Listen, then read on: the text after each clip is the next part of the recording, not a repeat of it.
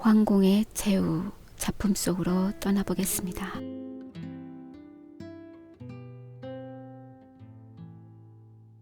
하루아침에 직업을 잃고 서울의 거리를 헤매다니던 나는 넌덜머리가 나던 도회지의 겹방살이를 단념하고 시골로 내려왔다. 시골로 왔대야 내 앞으로 밭 한 떼기나마 있는 것도 아니오. 겨우 논마지기나 하는 삼촌의 집에 다시 밥벌이를 잡을 때까지 임시로 덧붙이기 노릇을 할 수밖에 다른 도리가 없었던 것이다. 나이 어린 아내와 2살 먹은 아들놈 하나밖에는 딸린 사람이 없어서 식구는 단출하지만 한 푼의 수입도 없는 터에 뼈가 휘도록 농사를 지으시는 작은 아버지의 밥을 손끝 맺고 앉아서 받아먹자니 비록 보리 곰싹이나마 목구멍에 넘어가지를 않을 때가 많았다. 아무리 호미자루 한번 쥐어보지 못한 책상 물림이기도 번들번들 놀고만 있기는 너무나 염치가 없어서 괭이를 들고 밭으로 내려가서 덥석거리면 삼촌은 누가 너더러 일을 해달라니? 어서 들어가 글이나 읽어라 하시면서 사랑방으로 들여쫓듯 하신다. 어떤 때는 책상 속에서 좀이 먹은 논어와 시정 같은 길기를 꺼내놓고 꿇어 앉아서 읽으라고 하시는 것이었다. 참으로 견딜 수 없이 무료하고 단조로운 그날을 몸을 비비 틀면서 보내노라니 서울의 친구들과 내온의 거리가 몹시 그리워졌다. 눈을 뜨면 하고 한날 들여다보는 아내의 얼굴도 나날이 늘어가는 어린 것의 재롱도 다 싫어졌다. 감방 속 같이 침침한 뜰 아랫방 속에서 사흘씩이나 걸려서 오는 신문이나 광고까지 뒤져보고 흘미지근한 호흡을 계속하여 누워있는 나 자신에게도 그만 염증이 나서 정 가슴이 답답할 때에는 자살이나 해버렸으면 하는 공상까지 하게쯤 되었다. 그럴 적에는 동저고리 바람으로 뛰어나갔다. 신장로가의 주막으로 가서 막걸리를 2사발이나 약 먹듯이 들이키고는 논틀 밭틀로 쏘다니며 휘파람을 불어 우울한 심해를 억지로 풀었다. 인전 몇 원 남지도 않은 퇴직금을 야금야금 막걸리로 녹여버리면 어떡할 작정이세요? 하고 아내에게 바가지를 긁히면서도 주막에나마 가지 않으면 말벗 하나 없는 곳이라 갑갑해서 미쳐날 것 같은데야 어찌하랴. 철 아닌 구준비가 온종일 질금거리는 어느 날 황혼 때였다. 그날도 나는 침울한 방 속에서 뛰어나와 급한 볼 일이나 있는 것처럼 우산도 안 받고 주막거리로 건너갔다. 아궁이 앞에서 술을 데우는 노파의 부지깽이를 빼앗아 가지고 건부를 긁어 넣으면서 비에 젖은 바지를 말리는데 무엇이 곁에 와서 바시락거리더니 살금살금 발등을 간지른다. 고개를 획 돌리니 그것은 토식장만한 노란 강아지였다.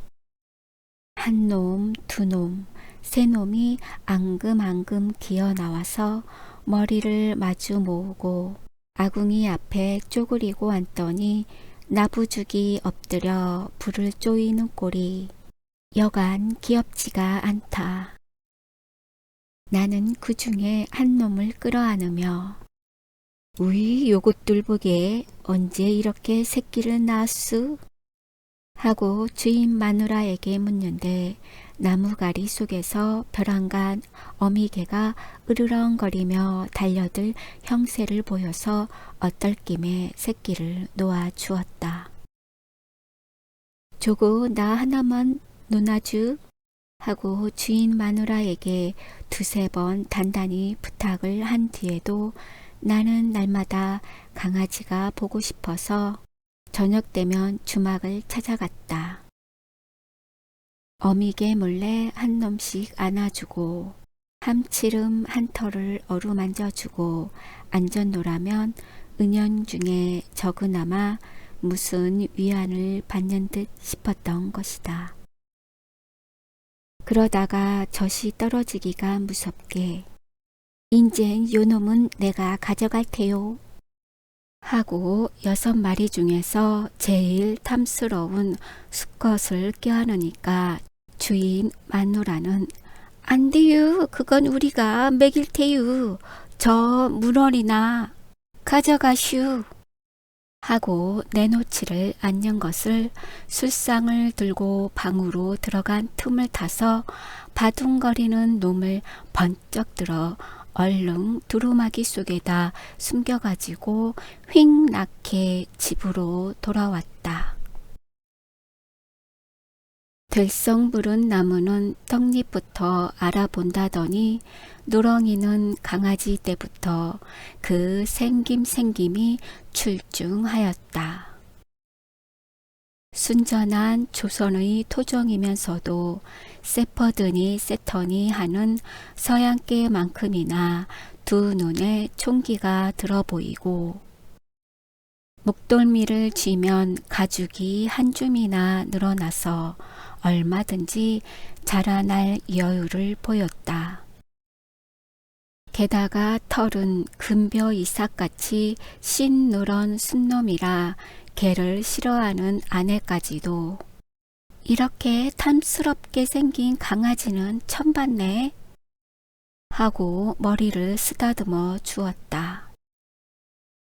내가 자는 방 윗목에다가 희연 괴짝을 들어놓고 작은 어머니 몰래 목화송이를 훔쳐다가 그 속에 깔아주고는 밤마다 토닥토닥 두드려 재워주었다.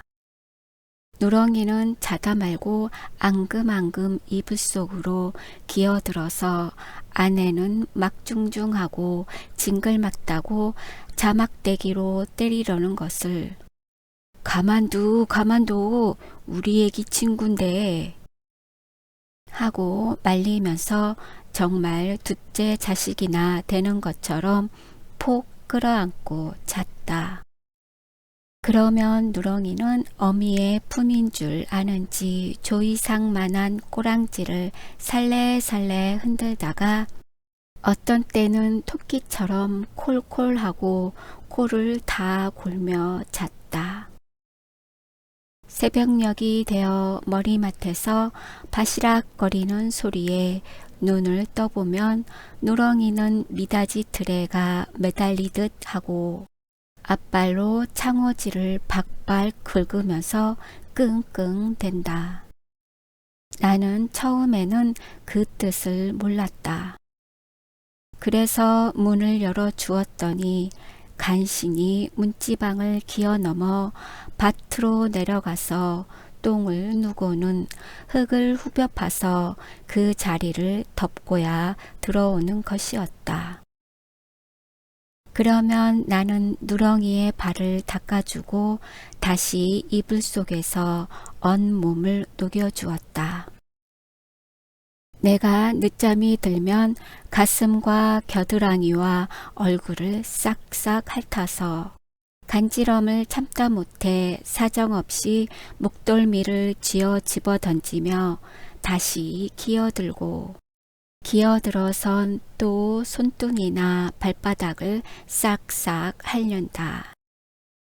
귀찮기는 하면서도 어린애가 재롱을 부리는 듯 하는 꼴이 하도 귀여워서 어린 놈도 정말 제 동생처럼 강아지를 귀여워하고 서로 부담고 놀았다. 나는 강아지를 끌어안고 입을 다 맞추었다. 그리고는 동요를 불러주듯이 평생 소원 누룽지 고대엘 광실 아궁지 자손만대 나누지 와석종신 울감지 하면서 놀려주는 것이 일과 중에 하나가 되었다. 그러는 동안에 나는 늦잠을 자는 버릇이 떨어졌고 개는 하등의 동물이라는 관념이 없어졌다. 성미가 깔깔한 아내까지도 누렁이를 어린 식구의 한 사람으로 여기고 자기의 밥을 먼저 떠주는 때까지 있게 되었다. 누렁이는 크는 것이 눈에 보이는 듯이 무럭무럭 자랐다. 두어 달쯤 되니까 허리가 늘씬해지고 키가 작아우시나 되었다. 작은 어머니에게서는 저 애는 개하고 헝겊붙이나 되는 거야 하는 꾸중까지 들어가면서 내 밥의 대궁을 일부러 남겨주고 손수 손바닥의 콩누룽지를 박박 긁어다가는 어린애는 안 주고 누렁이를 주곤 하였다. 그렇지 않아도 한창 자랄 고비라 누렁이는 먹는 대로 우쩍우쩍 자라니까 한 방에 데리고 자기가 징그러워서 마루 밑에 공석대기를 깔아 살림을 내고 구용을 파서 밥그릇 장만까지 해주었다. 내가 밤에 뒷간에 가면 반드시 따라와 턱을 고이고 앉아서 주인을 지키고 어느 때에는 주막에서 술이 취해서 비틀거리고 오다가 눈 위에가 쓰러진 것을 보고는 집으로 달려가서 아내의 치맛자락을 물고 끌고 온 덕택으로 까딱하면 얼어 죽을 것을 살아났다. 그래서 그 뒤로 누렁이는 나의 사랑을 곱절이나 더 받게 되었던 것이다. 사실 여우나 늑대 같은 짐승의 출몰이 심한 산 중에는 누렁이만 앞을 세우면 무장한 보호병정을 데리고 다니는 것만큼이나 든든하였다. 동시에 누렁이는 장난이 늘었다. 쥐각이 어찌나 예민한지 내가 이웃집으로 마시를 가면 돛돌 위에 10여 컬레나 벗어놓은 고무신 가운데서 내 신을 맡아서 알고는 살그머니 물어다가 저희 집 신돌에다가 놓고는 시침을 떼기가 일쑤였다. 그럭저럭 누렁이가 내 손에 길리운 지 거의 1년이나 되었다.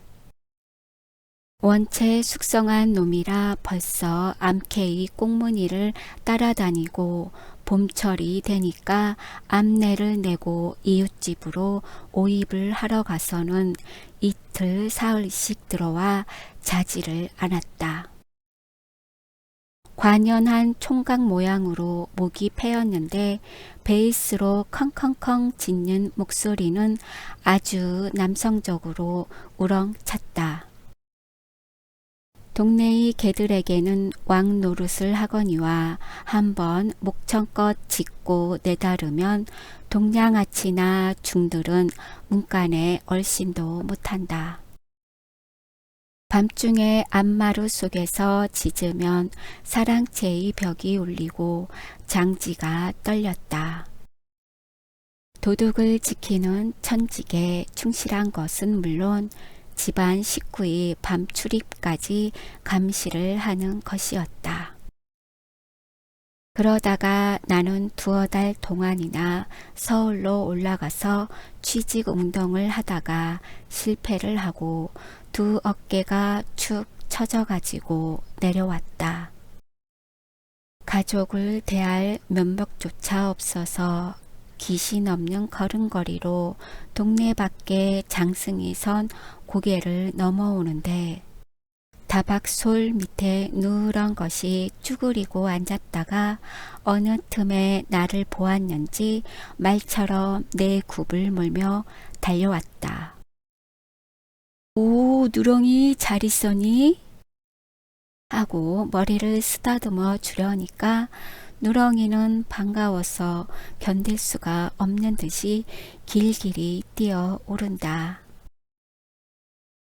응응 하고 어린애가 응석을 하는 듯한 이상한 소리까지 하면서 사뭇 몸부림을 하는 꼴을 볼 때 나는 누가 나를 이다지도 반겨주겠니? 하고 한숨을 길게 내쉬었다.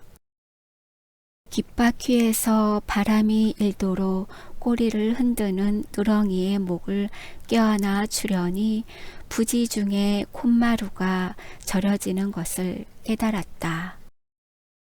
그동안의 누렁이는 엄청나게 컸다.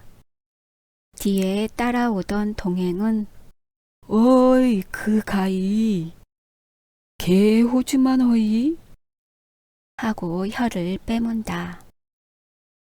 처음 보는 사람의 눈에는 더 한층 커 보였던 것이다.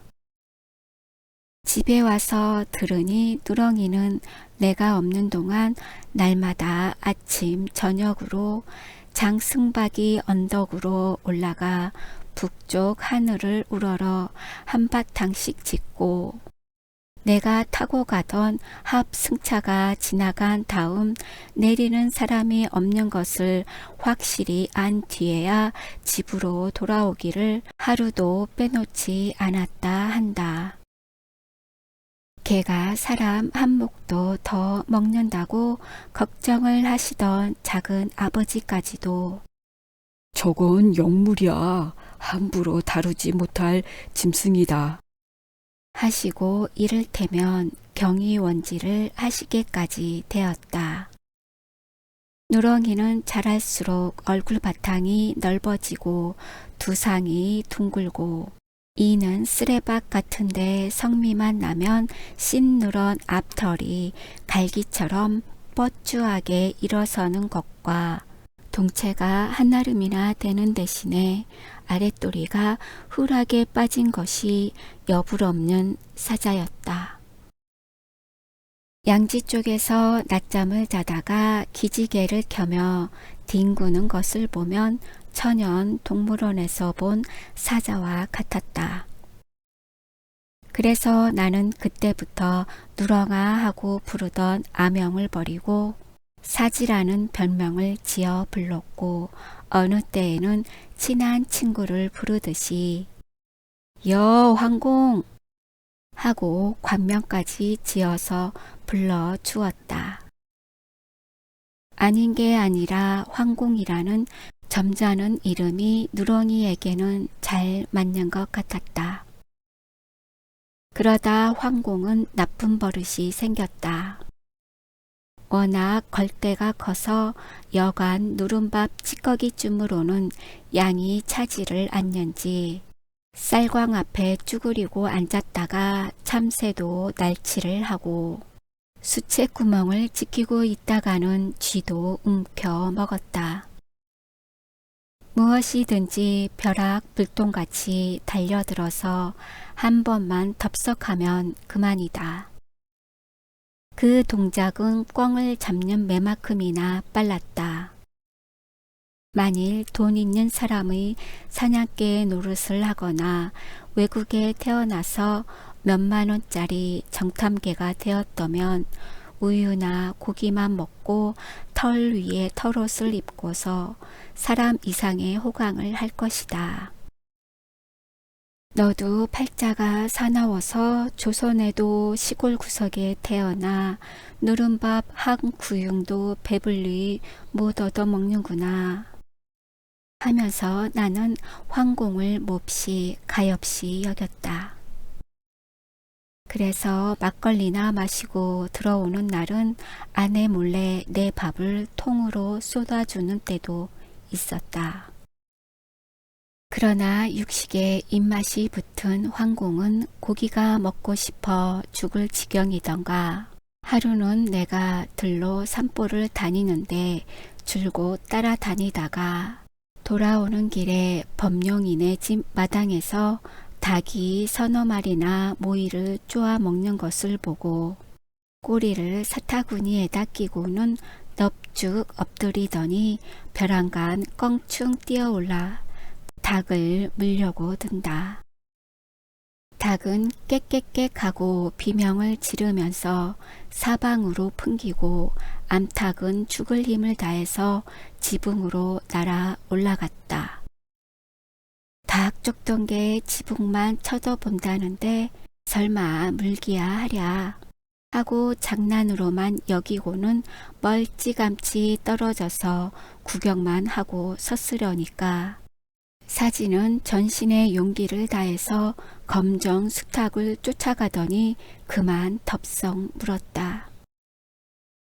몸이 둔한 커다란 수탉은 땅 위에서 서너 잣쯤밖에 쏟지를 못하고 푸드덕거리며 날다가 기어이 날개죽지를 물리고 말았다. 암탉들은 뜻밖의 환난을 당하고 지붕 위에서 꼿꼿대 거리는데 사지에게 물린 수탉은 차마 들을 수 없는 외마디 소리를 지르며 물려간다. 범용인의 집에서는 닭장에 든 족제비나 튀기듯이 유개 유개 하고 사지를 쫓아간다. 사지는 눈 끔쩍하는 사이에 산으로 치달았다. 아마 포수에게 놀랜 노루도 그만큼 빨리 뛰지는 못할 것이다. 나는 개의 주인이 되는 책임상 단장을 휘두르며 헐레벌떡거리고 사지의 뒤를 쫓아 올라갔다. 처음에는 닭의 털이 버들개지처럼 나는 것만 보이더니 거의 한 간통씩이나 뛰어간 사지는 호련히 그림자를 감추었다.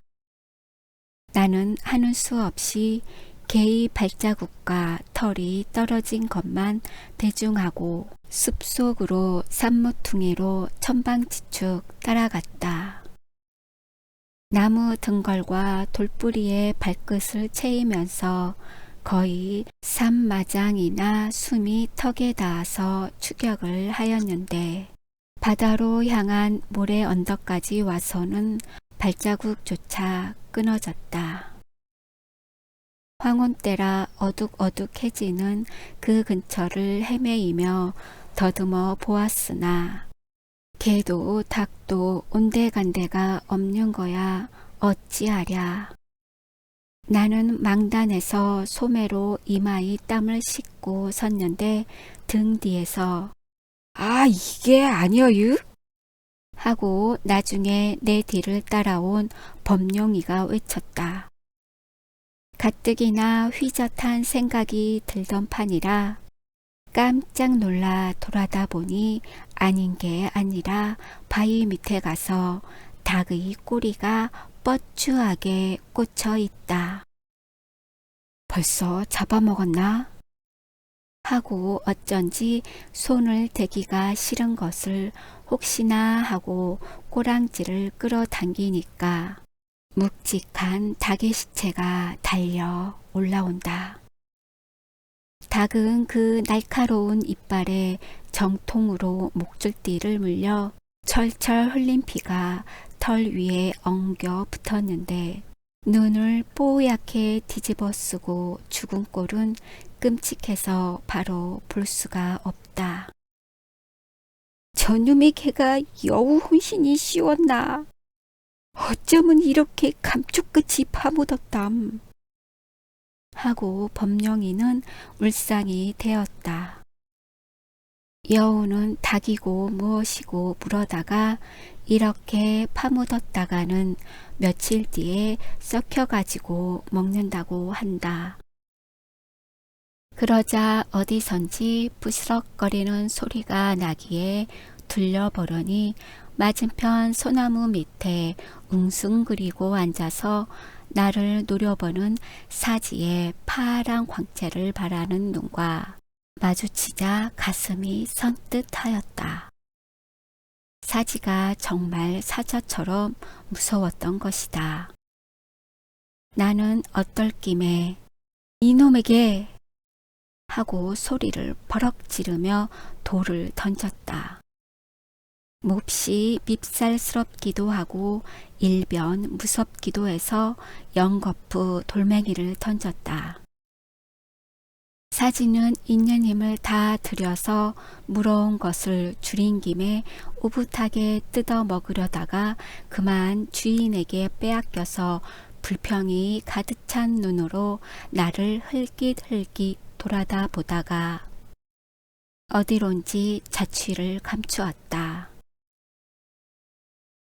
아마 다른 사람이 닭을 빼앗았더라면 한사코 달려들어 물어 박질렀을 것이다. 닭값은 물어주기로 하고 죽은 닭을 들고 내려와 보니 사지는 먼저 집에 와 있었다.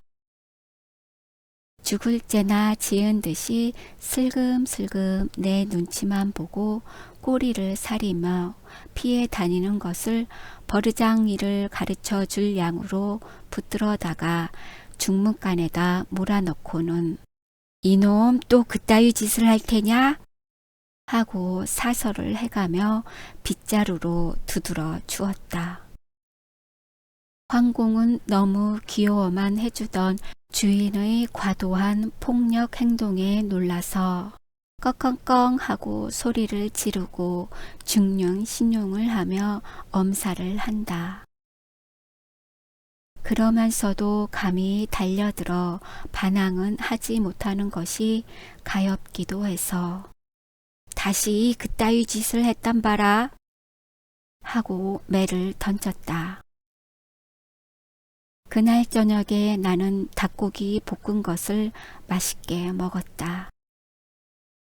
개의 이빨에서 무슨 독이나 퍼지지 않았나 하고 꺼림직하기는 했지만 여러 달 동안 고기란 구경도 못해서 허수증이 났었고 나는 닭고기를 편기하는 터라 기름진 살은 물론 뼈까지 으지직 깨물어서 고소한 국물까지 빨아먹었다. 먹다가 마당에서 텁석텁석하는 소리가 들리기에 내려다 보니 배가 홀쭉하게 꺼진 황공이 구융에다 머리를 틀어박고 멀겋게 탄 숭늉 찌꺼기를 핥아먹고 섰다. 나는 황공이 여간 불쌍해 보이지 않았다. 천신만고를 해서 호젓하게 뜯어 먹으려고 물어가다 파묻은 닭은 주인에게 송두리째 빼앗기고 고기 냄새를 맡아서 회만 통했을 텐데 주인에게 난생 처음으로 몇 가지 호되게 얻어맞고는 숭늉 찌꺼기로 남아 줄인 창자를 채울 수밖에 없는 황공의 신세가 눈물 겨웁도록 가엾어 보였다. 황공이 말을 할 줄 안다면 동네방네로 친구들을 찾아다니며 내가 먹을 것을 강탈해 가지고 몽둥이 찜질까지 한 뒤에 그것을 횡령 취식한 주인의 횡포가 얼마나 분하고 얼마나 원망스러우냐고 억울한 사정을 하소연하였을 것이다. 그래서 황공을 동정하고 이해 관계가 깊은 근처의 개들이 일치 단결을 해가지고 이빨을 갈며 으르렁거리고 달려들면 나는 어찌할 것인가? 나를 여지없이 물어박지르고 무개가 다투어가며 내 살을 물어뜯으면 과연 저항할 힘이 있을까? 그들의 정당한 보복에 대해서 변명할 것이 남아 있을 것인가 하고 생각해 보니 황공을 대하기가 두렵고 부끄럽기도 하였다. 개가 고기가 먹고 싶었던 것이나 내가 육식이 하고 싶은 것은 그 본능에 있어서 조금도 다름이 없다. 저보다 약한 것을 잡아먹고 저희 식욕을 채우는 것을 사람들이 떳떳하게 여기는 것과 같이 남의 살을 뜯고 피를 빨지 못하는 사람을 도리어 못난 놈, 빈축 맞은 놈으로 여기는 것과 같이 개의 경우에 있어서도 사지의 행동이 잘못되지 않는 것이 분명치 않은가. 눈앞에 먹을 것을 보고 달려들어 문 것은 사지가 다른 저희 동족보다도 용감하기 때문이다. 보통 개보다 잘난 까닭이다. 닭을 잡아간 사지에게 무슨 죄가 성립되느냐? 개 자신으로 보아서도 정당한 행위가 아니었더냐? 구태여 잘못이 있다면 사지에게는 날짐승이라도 날치를 할 수 있는 힘과 날램이 있었기 때문이 아닐까? 그러나 사지가 출중하게 잘나고 날래인 것은 결코 저 자신의 의사로 된 것은 아니니 그것도 조물주의 장난인 것이 분명하다. 그런데 나는 나보다 약한 개가 물어다 먹으려던 그 개보다도 약하였던 닭을 잡아서 먹었다. 개의 토제를 해가며 때려주기까지 하고 바로 그 개가 친히 먹을 닭을 뼈다귀까지 아지작 깨물어 먹고는 입을 닦았다. 그나마 숭늉찢기로 줄인 창자를 채우고 섰는 사지를 내려다보고 동정 비슷한 미안한 생각이 난 것도 그 닭을 맛있게 먹고 난 뒤이다. 그러고 보니 남을 동정한다는 것도 제 배가 부른 뒤에 식곤증 비슷이 일어나는 미지근한 심리작용이요. 양심의 가책을 받는다는 것도 제 욕망을 채운 뒤에 생기는 얄미운 자기 변호에 지나지 못한다. 사지가 제 육체의 힘을 다해서 닭을 문 것은 억제할 수 없는 본능이 시키는 용감한 행동이다. 그러나 그 뒤를 쫓아가서 물어놓은 것까지 파헤쳐다가 힘 안 들이고 먹은 내 행동은 개가 부끄러울 만큼 가증하고 비겁하지 않았던가?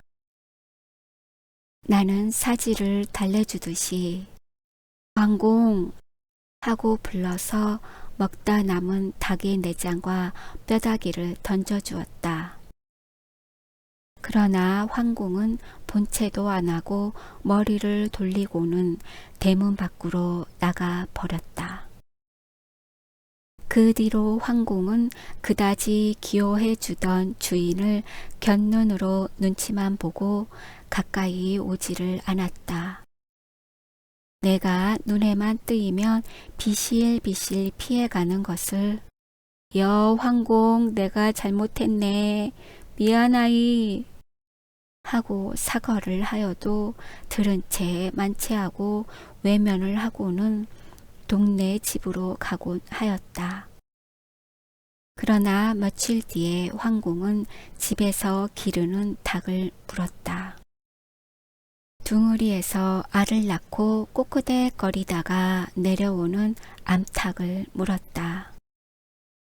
알을 꺼내려고 나온 아내의 눈앞에서 여바란 듯이 물고 눈 깜짝할 사이에 뒷산으로 치달았다. 물려가는 닭의 비명은 차마 들을 수 없는데 하얀 털이 마당 가득히 눈송이처럼 휘날렸다. 집에서 기르는 닭 중에서 값이 제일 비싼 레그온인데 아이 잘 낳는 여펀네 모양으로 양바트하게 생겨서 오리알만큼씩이나 하나를 하루도 거르지 않고 낳던 씨암탉이었다. 책을 보다가 뛰어나간 나는 어안이 벙벙해서 마루 끝에 서서 바라다 볼 뿐이요. 개를 추격하려고는 하지 않았다. 먼저 먹은 후 답답으로 두 번째 닭을 빼앗을 염치가 없었던 것이다. 머슴이 작대기를 들고 쫓아가는 것을 내버려둬라, 내버려둬 하고는 호령하듯 해서 말렸다.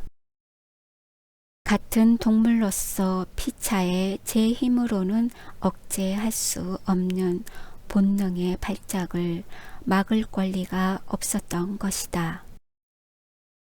이를테면 남의 생존권을 방해할 아무 이유도 찾을 수 없었고 남의 노력을 중간에서 착취하는 죄를 두 번 다시 짓지 말려 함이었다. 삼촌 내외부는 저게 없애라고 걱정이 대단하신데 그 뒤로 날고기에 입맛이 붙은 사지는 점점 맹숙성을 띄우고 동네 집 돼지 새끼를 2마리나 잡아먹었다. 난 지 얼마 안 되어 젖살이 포동포동 찐 것이 울 밑으로 나와서 어릿어릿하는 것을 물어다가 정과 같은 수단으로 흙을 허비고 파묻었다가 꺼내 먹는 눈치다. 나는 돼지 임자에게 시비를 듣고 돼지값을 물어주는 수밖에 없었다. 그 뒤로 사지는 집에 잘 들어오지를 않고 물론 밥도 먹지를 않았다. 이제는 입이 높아져서 누룽지 같은 것은 입에 대기도 싫은 모양이다. 사지의 행동이 너무나 정도가 지나치니까 동정이 차츰차츰 아무 죄 없이 비명에 죽은 닭과 돼지에게로 갔다. 동시에 사지가 때려 죽이고 싶도록 미워졌다. 양육 강식도 그 도를 넘어서 같은 각축끼리 화목하게 지내지를 못하고 가장 참혹하고 잔인한 수단으로 제 배때기를 불리우는 사지가 극도로 미웠다. 일종의 의분까지 느껴지는 것이었다. 삼촌 내외부는 물론이지만 동네 사람들은 나를 보고 여보, 대기 개 때문에 닭은커녕 돼지도 못 길러 먹겠소. 그래, 그따위 버르장이를 하는 걸 그대로 버려둔단 말이오? 조만간 어린애 거정 물어갈 테니 아니 살인하는 것까지 당신의 눈으로 봐야만 시원하겠소? 하고 팔을 걷으며 시비를 걸었다. 나는 속으로 이런 말을 들어도 싸다 하면서도 값을 물어줬으면 고만이지 웬 여러 말요? 하고 버티었다. 억지의 소리인 줄 모르는 바는 아니나 그렇다고 사지를 차마 백정에게 내줄 수는 없었다. 저것을 그대로 뒀다간 암만 해도 큰일을 저지르겠는데 하고 나이 어린 것까지 염려는 되건만 그다지 사랑하던 사지가 올가미를 쓰는 거야 볼 수가 없지 않은가. 그렇지 않아도 어느 날은 동네 사람들이 장거리에서 개백정을 데리고 와서 자, 고집 세지 말고 고만 요정을 냅시다. 물건이 그렇게 크니 다른 개값 갑절을 드리지요. 하고 1원짜리 지전 넉 장을 내민다.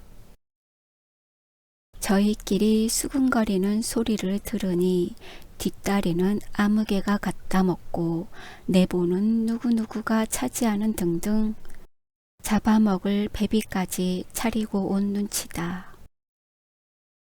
어쩌면 가마솥에 물까지 끓여놓고 왔는지도 모른다. 쓸데없는 소리 말고 어서들 가오. 내 손으로 기르는 개를 돈 받고 팔아먹을 듯입소? 하고 나는 처음부터 순순히 말대꾸를 하다가 부득부득 조르는 것이 밉살스러워서 가라면 같이 그려. 남의 집에 때를 지어와선 웬 야료들이야? 100원을 내도 안 팔 테니 헐대로도 해봐.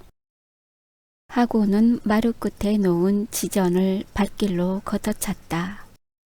그때 마침 사지가 앞마루 밑에 누웠다가 집에서 떠들썩하니까 그 우렁찬 목소리로 몇 마디 컹컹 짖으며 나온다. 개 백정은 이놈 엄청나구나 하고는 시커멓게 그을은 상판에 살기 도는 눈초리로 사지의 목덜미에 눈독을 들이며 가까이 온다. 그자의 허리춤에는 올감이 한 끗이 처진 것이 보였다. 사지는 제 앞으로 다가오는 개백정을 흘낏 보더니 그자가 제 동물을 옮가가는 것을 보았는지 한사코 짖으면서도 겁이 나서 냉큼 달려들지를 못한다. 급한 김에 나는 사지야! 하고 목소리를 높여 불렀다. 사지는 내 목소리를 듣더니 비호같이 마루 위로 뛰어올라 내 곁으로 바싹 붙어서면서 귀가 먹먹하도록 짖어댄다. 여느 때에는 마루로 뛰어오르는 버릇이 없었고 더구나 그동안 나하고는 아주 불쌍견인 사이였는데 위급한 경우를 당하니까 주인에게로 달려들어 구원을 청하는 것이다. 사지의 위풍에 백정도 혀를 내두르며 아이 그놈에게 사람 잡겠네 하고 개둘덜거리며 돌아섰다. 사지는 그제야 마음이 놓인 듯이 짖기를 그치고 내 앞에가 앞발을 뻗고 너부죽이 엎드리며 꼬리를 젓는다. 나는 그 눈과 동작에서 무한한 감사와 다시 살아난 기쁨을 보았다. 황공 너 이놈 아주 혼났지? 또 그따위 짓을 해봐라. 그땐 이렇게 올감지를 쓴다. 하고 두 손으로 목을 조르며 올가미를 씌우는 흉내를 내어보았다. 그러니까 그 얼굴에는 동물의 사나운 빛이 사라지고 내가 이불 속에서 끼고 자던 어렸을 때의 유순하고 천진스러운 표정이 나타났다. 나는 그 애원하듯 모든 죄를 뉘우치는 듯한 누렁이의 얼굴을 한참이나 들여다 보았다. 담배 한 대거리나 머리를 쓰다듬어 주었다.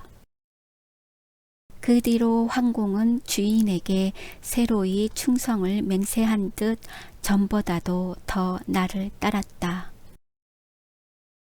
잠시도 곁을 떠나지 않으며 낯 서투른 사람은 근접도 못하게 굴었다.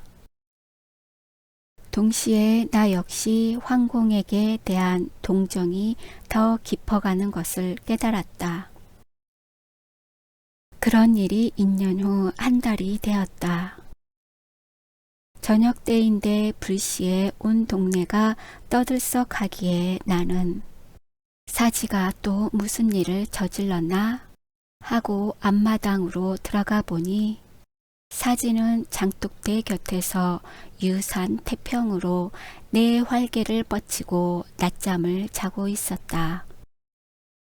조금 있자 미친 개가 들어왔다. 수만이 내 개가 물렸다. 영준 내 개도 물렸다. 하고 외치는 소리가 여기저기서 들렸다. 나는 우리 사지가 물릴까 보아 대문을 걸고 몽둥이를 들고 앉아서 미친 개가 오기만 하면 두드려 잡을 작정을 하고 기다렸다. 아니나 다를까 조금 뒤에 털이 시커멓고 거의 사지만큼이나 큰 놈이 동네 사람에게 쫓겨서 혀를 기다랗게 빼물고 쏜살같이 내 앞으로 달려왔다. 동네 사람들은 사지를 내주지 않는 감정이 있어서 그러는지 몸들을 사리느라고 그러는지 막대기를 들고도 먼발치로 바라다 보고만 서 있다. 미친 개는 눈깔이 썩은 생선처럼 새빨갛게 뒤집혔는데 개소리 같지 않는 이상한 소리를 지르더니 다짜고짜 내게로 뛰어오른다. 나는 이게 하고 외마디 소리를 지르며 몽둥이를 휘두르나 길길이 뛰어오르는 미친 개를 막아낼 수가 없다. 개는 미치기만 하면 평소보다 몇 곱절이나 기운이 늘고 맹수 이상으로 날래지는 것인데 주사는커녕 의료기관도 없는 이 시골 구석에서 미친 개에게 물리면 사람도 미쳐나서 개소리를 하다가 죽는다는 말을 들은 나는 개와 싸우는 동안 머리끝이 쭈뼛거리고 아랫도리가 사시나무 떨리듯 하였었다. 삼촌은 마침 초상집에 가시고 머슴도 들에 나가고 없는데 아내서들은 내다보고 아이 저를 어쩌나 하고 부들부들 떨기만 할 뿐 미친 개는 어느 겨를에 휙 하고 내 뒤로 돌아와서 바지자락을 물고 늘어졌다. 하마터면 종아리를 물릴 뻔했는데 겁결에 대또를 헛때려서 몽둥이는 두 동강에 났다. 그러니 맨손으로는 더구나 당할 장사가 없다. 쩔쩔매는 찰나에 미친 개는 씩 하더니 이리 같은 이빨로 내 발뒤꿈치를 물었다. 에구 머니 저를 어쩌나 하는 아내의 외치는 소리가 들리자 나는 사지야 하고 소리를 버럭 질렀다. 정 형세가 급하니까 구원병을 청하지 않을 수 없었던 것이다. 사지는 밖에서 내가 개와 싸우는 줄 알았는지 골통이 깨어져라 하고 아까 걸어놓은 대문짝을 막 들이받았다. 그래도 열리지를 않으니까 한 길이나 되는 수수깡이 울타리를 훌 뛰어 넘어서 앞마당으로 내닫자. 으르르 소리를 한번 지르며 목덜미 털이 고슴도치처럼 일어서더니 주춤하고 물러서는 채 하다가 씩 하고 미친 개에게로 돌격을 하였다. 대번에 미친 개의 넓적다리를 물어 박지르는 바람에 나는 구원을 받았다. 요행 고무신 위로 물렸기 때문에 상처는 나지 않았다. 사지와 미친 개는 맹렬한 단병 접전이 시작되었다. 씩씩거리며 으르렁거리며 엎치락 뒤치락 단판 싸움을 한다.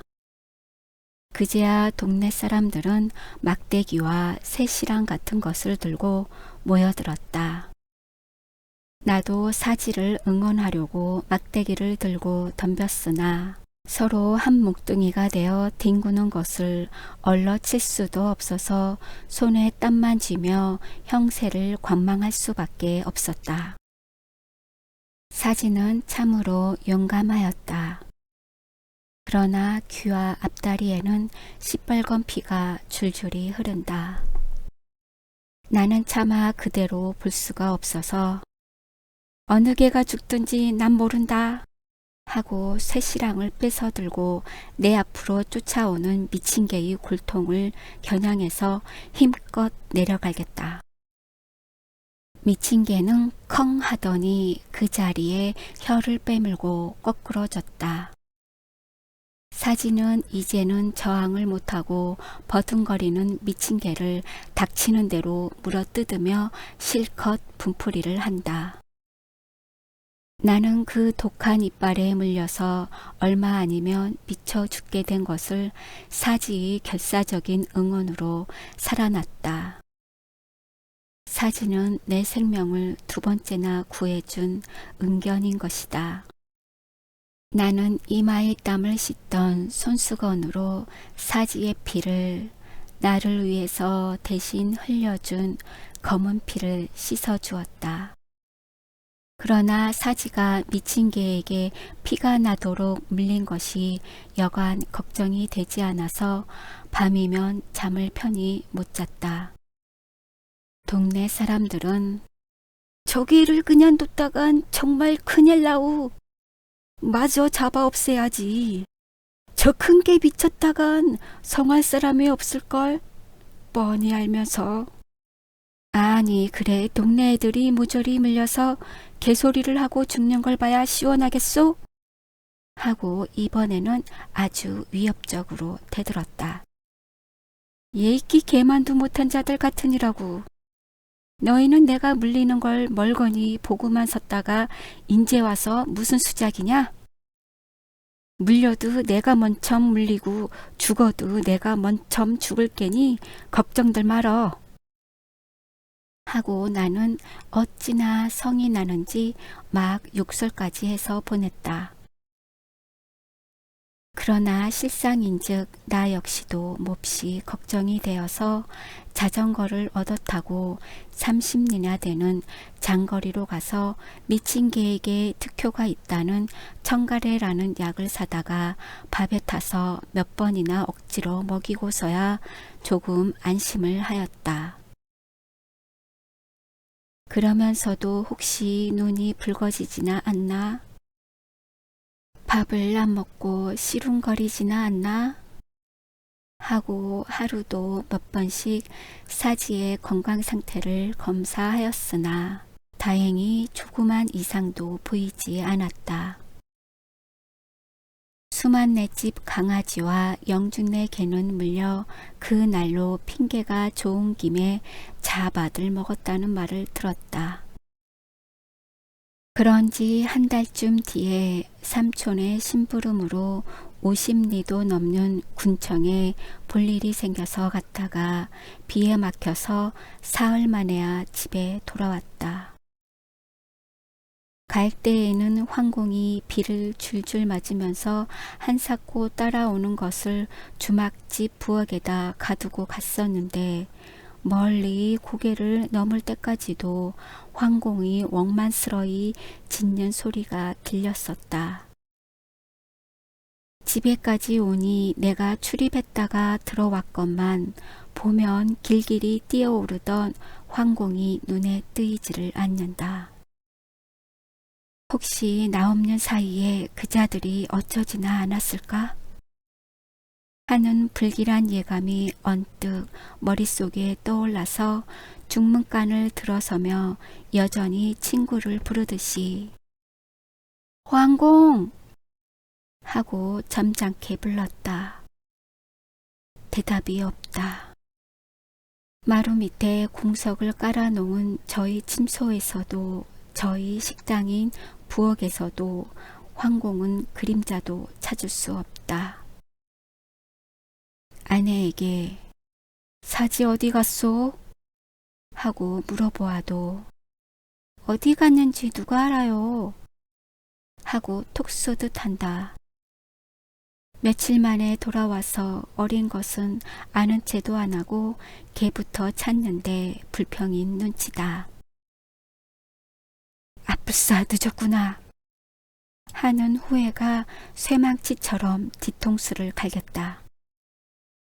며칠 전에도 올개미까지 차고 와서 나 몰래 사지를 불러내다가 들키고 나를 노려보면서 돌아서던 개 백정의 날카로운 눈초리가 내 가슴을 잘 드는 칼로 베는 듯이 선뜻했다. 나는 황공과 당짝인 암캐를 기르는 순돌이네 집으로 불이 나게 갔다. 가보니 그 집의 개만 부엌 앞에서 북어 대강이를 뜯고 있다. 나는 순돌이를 불러내어 우리 개 봤나? 하고 들 수 있는 대로 침착히 물었다. 순돌이는 얼음얼음하고 냉큼 말대답을 못한다. 아, 우리 개 봤어? 이번에는 조급히 채우쳐 물었다. 순돌이는 또다시 뒤통수만 긁더니 제가 알아요. 주인이 안 계신 줄 알고 아마 어쨌단 말이야. 나는 소리를 버럭 지르며 순돌이 앞으로 달겨 들었다. 순돌이는 겁이 나서 문칫문칫 물러서며 저 건넌 봤어. 잡아가는 소리만 들었시우. 한다. 설마 잡아갔기야 했으랴. 하던 나는 가슴이 덜컥 내려앉았다. 염통이 벼랑강 쿵쿵 기계방아처럼 찢는 것을 간신히 진정시키며 아, 네 집에서 잡았어! 하고 바른대로 고해 바치지 않으면 몇 줄이라도 누를 듯이 엄포를 하니까 순돌이는 아마 작은 말 응천내루들 매나봐유 하고 목소리를 떤다. 나는 비 뒤에 미끈미끈 미끄러지는 길을 엎드러지며 굽드러지며 응청내 집으로 다름박질을 하였다. 걸음이 굼뜨인 나로서는 상상할 수 없을 만큼 빨랐다. 쌀익장 문을 밭길로 걷어차니 개의 독특한 비린내가 훅 끼쳤다. 어떤 놈이 남의 길 잡아먹느냐?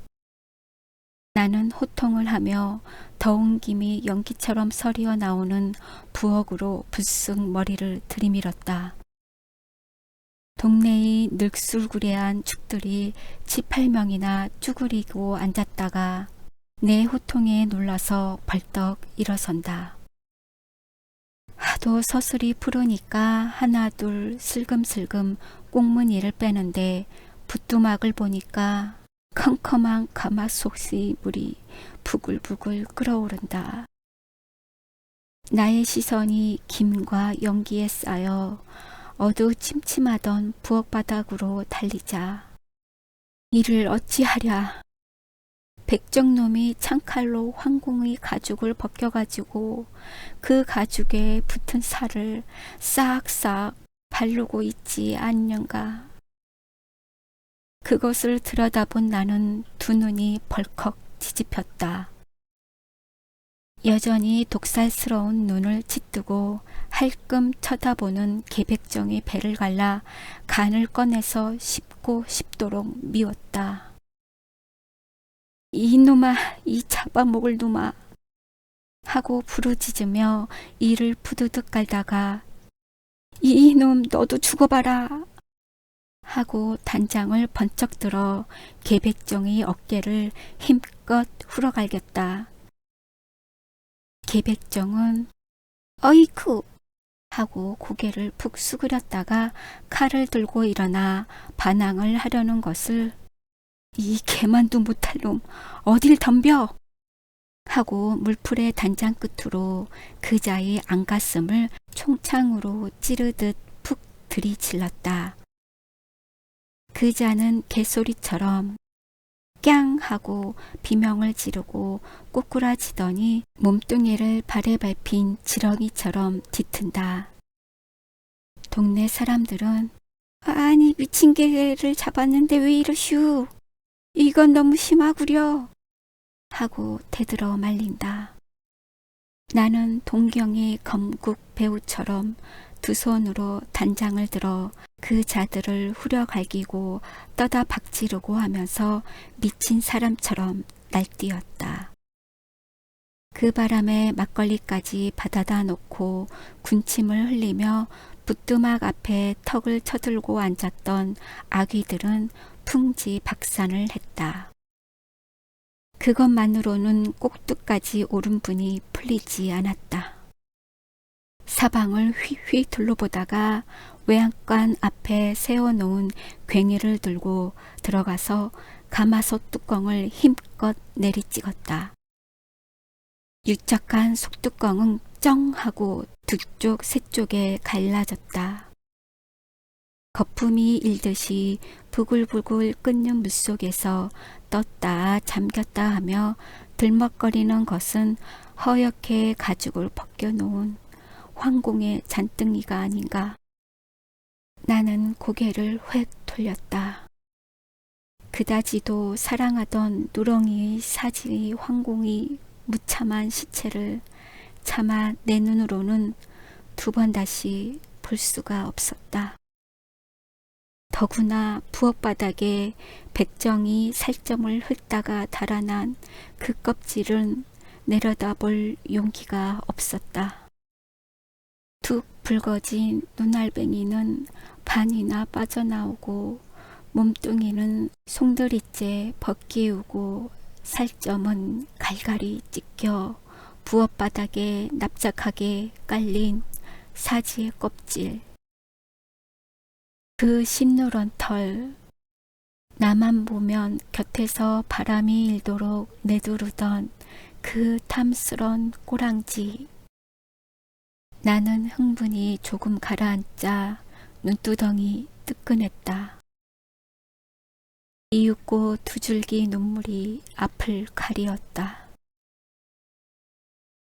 더운 물에 불어서 축축하고 끈적끈적한 황공의 머리털과 등허리를 전처럼 어루만져 주려니 울음이 북박쳐 올라 어린애처럼 엉엉 울고 싶은 것을 입술을 깨물며 참았다. 황공, 황공, 내가 잘못했다. 주막에서 너를 왜 못 따라오게 했더란 말이냐. 사지야, 주인의 잘못을 용서해다오. 나는 넋두리를 하듯 하며 소매로 얼굴을 가리고 흐느꼈다. 올가미를 쓰지 않으려고 나를 찾으며 최후의 반항을 하던 것을 눈앞에 상상하려니 개가 미치면 위독하다는 것보다 그 탐스러운 목덜미와 군살이 너덜너덜하게 찐 뒷다리를 식욕이 동해서 황공을 몰래 잡아먹으려던 인간들, 그 인간들의 살점을 물어뜯고 싶었다. 황공이 그다지도 무참한 최후를 마친 지도 어느 틈에 2달이 지났다. 그때처럼 굳은 비가 오는 날 밤에 나는 동경서 친구가 붙여주는 신문에 대강 이러한 기사가 실린 것을 보았다. 사랑해주던 주인 XX 박사가 세상을 떠난 후 진날 마른 날을 가리지 않고 4년 동안이나 조석으로 정거장에 나와서 주인을 기다리며 슬픔에 젖어있던 동경 뿌찌꾸락부의 명예회원인 충경 핫지공이 노안으로 세상을 버렸다는 것과 그 임종하던 모양이며 수많은 아이들과 어른들에게 쌓여서 조상을 받는 핫지공의 사진까지 커다랗게 났다. 사단으로 내려뽑은 기사는 대신이 죽었어도 그보다 더 크게 취급은 하지 못했으리라. 며칠 뒤에 온 신문에는 그 후보가 났다. 핫지공이 장례 때에는 중이 6명이나 경을 읽어서 그 충성스럽던 영혼을 위로해 주었고 주인의 무덤에까지 온 동네 사람들이 회장을 나왔는데 이 슬픈 소식이 한번 퍼지자 전국에서 모인 부의금이 360여 원에 달하였으며 어느 동물학 박사는 손수 메스를 들어 핫지공을 해부한 뒤에 생시와 똑같은 모양으로 박제를 해서 아동 박물관에 영원히 보존하기로 되었다.